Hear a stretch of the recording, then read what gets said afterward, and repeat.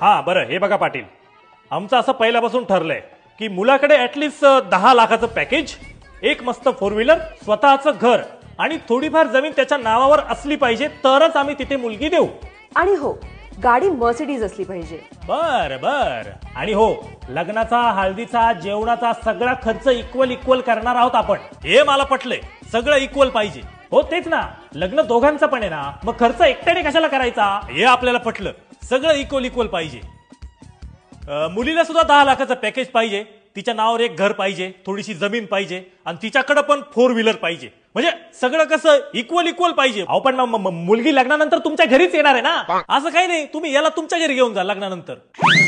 सगळं इक्वल पाहिजे ना. कोणत्या गाडीवर आला तू? मी प्लॅटिना. 25 वर्ष घासली तेव्हा प्लॅटिना घेतली आणि माझ्या पोराकडे 25व्या वर्षी घर, गाडी, बंगला सगळं पाहिजे तुला. करे सुक्काळीच्या. अरे होऊ दे ना लग्न, दोघं मिळून संसार करतील, होतील मोठे. पण नाही, तुला गाडी कोणती पाहिजे? तुला मर्सिडीज.